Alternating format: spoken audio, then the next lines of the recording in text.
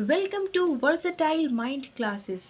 तो आज की वीडियो में हम देखने वाले हैं कि किस तरह से हम अपनी बोर्ड की कॉपी में लिखेंगे तो हमें अच्छे से अच्छे मार्क्स मिल सकते हैं।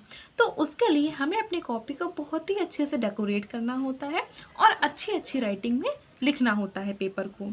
तो उसके लिए अगर आप पेनों का यूज़ करना चाहते हैं तो आप ऐसे पेन का यूज़ करें जिनकी निब जो है वो थोड़ी सी मोटी हो, और ऐसे मार्कर्स का यूज़ करें जिनकी जो निब है वो थोड़ी सी मोटी हो।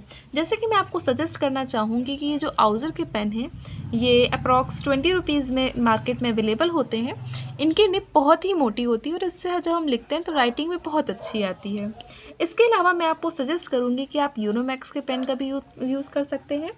और इसके बाद जो आपको मार्कर्स का यूज़ करना है वो कुछ इस तरह के मार्कर्स होने चाहिए।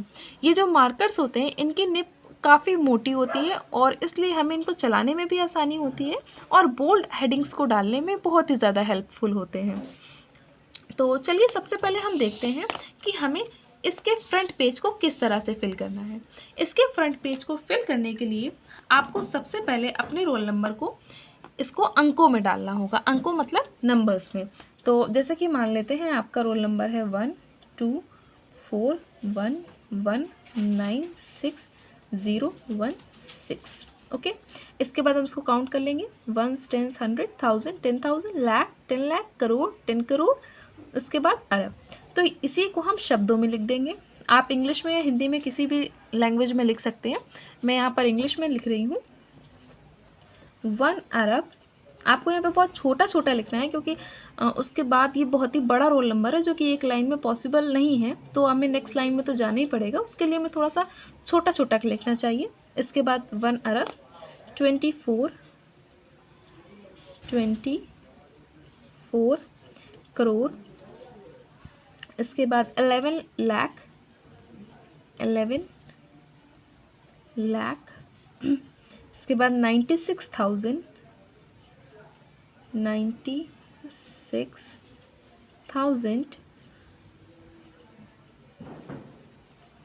16। ठीक है, इसके बाद आपको अपना विषय डालना है, यानी कि जिस भी चीज़ का आपका पेपर है। जैसे मान लीजिए आपका साइंस का पेपर है तो आपको यहाँ पे लिख देना है साइंस। ठीक है, प्रश्न पत्र संख्या में हमें जो भी प्रश्न पत्र की हमारी संख्या होगी उसे लिखना है। यहाँ पे पहले परीक्षा का दिन और फिर तिथि। जैसे कि मान लीजिए आपका परीक्षा का दिन है मंडे या ट्यूसडे जो भी है। इसके बाद आपकी जो भी तिथि है, तिथि हमारी जैसे जो भी डेट है, मान लीजिए उस दिन डेट है 16 Feb 2024। ओके, इसके बाद हमें यहाँ पर केंद्र का नाम लिखना है, यानी कि जिस भी जगह पे हम अपना पेपर देने गए हैं। मान लीजिए आप किसी भी स्कूल को मान सकते हैं। जैसे मैंने मान लिया कि मैं कुमारी उद्यान में देने गई हूँ तो मैं लिख सकती हूँ कुमारी उद्यान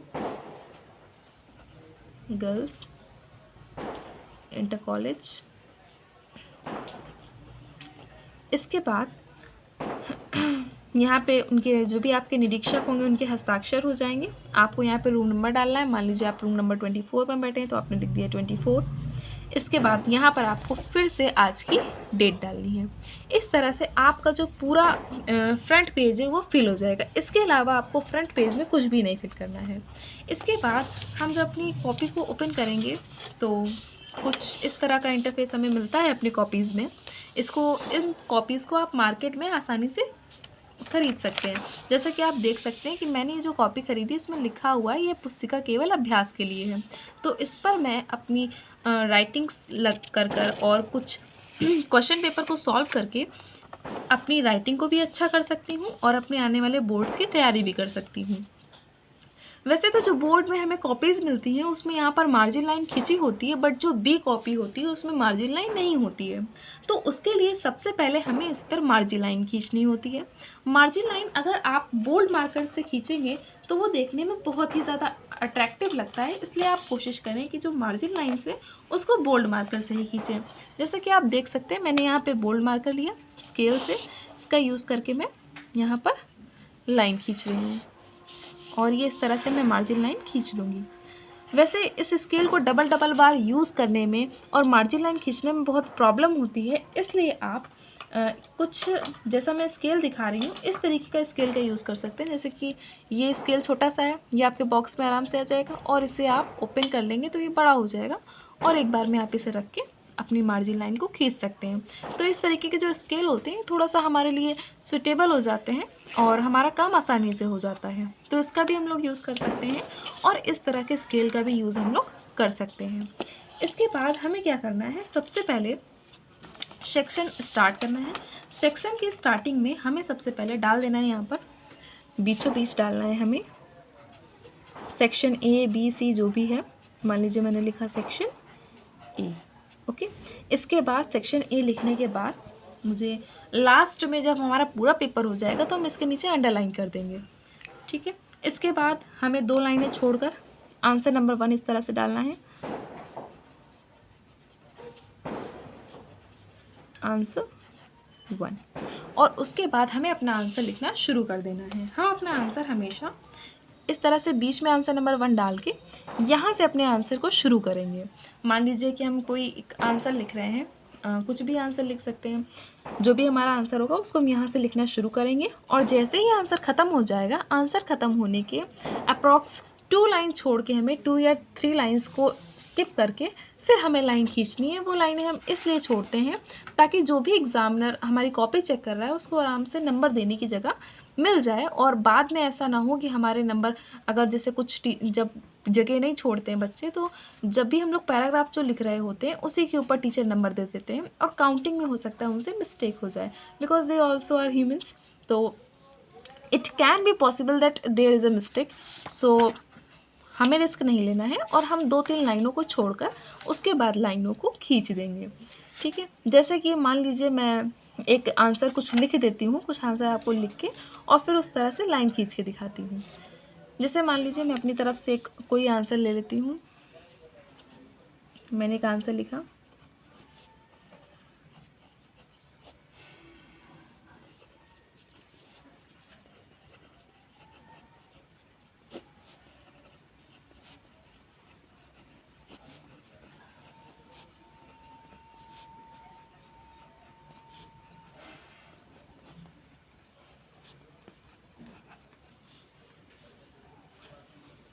और इसके बाद हम जब कॉपी में लिखते जाएंगे तो थोड़ी सी साइड में थोड़ी सी जगह स्किप कर देनी, बिल्कुल लास्ट तक नहीं ले जाना है हमको। इस तरह से हम लिखेंगे जो भी हमारा आंसर है,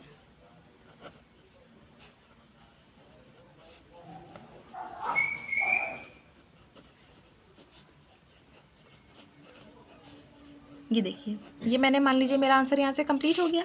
इसके बाद मुझे क्या करना है, अपना स्केल लेना है और अपना बोल्ड मार्कर लेना है। इसके बाद हम अपने स्केल को इस तरह से 2 या 3 लाइंस को लीव करके यहाँ से इस तरह से लाइन खींच देंगे, इससे कि ये डिनोट होता है कि हमारा आंसर यहाँ से एंड हो चुका है। और अब हम अपने नेक्स्ट आंसर को यहाँ से शुरू करेंगे। यहाँ पे हम डाल देंगे आंसर 2 और हमारा नेक्स्ट आंसर शुरू हो जाएगा। अगर आप चाहें तो जब आपका पेपर कंप्लीट हो जाता है, आपके पास कुछ एक्स्ट्रा टाइम बच जाता है, तो उसमें आप इन चीज़ों को अंडरलाइन कर सकते हैं। इस तरह से इनको अंडरलाइन कर सकते हैं, ये और भी ज़्यादा अट्रैक्टिव लगेगा देखने में। और तो और इसके साथ साथ आप इस सेक्शन ए वाला जो है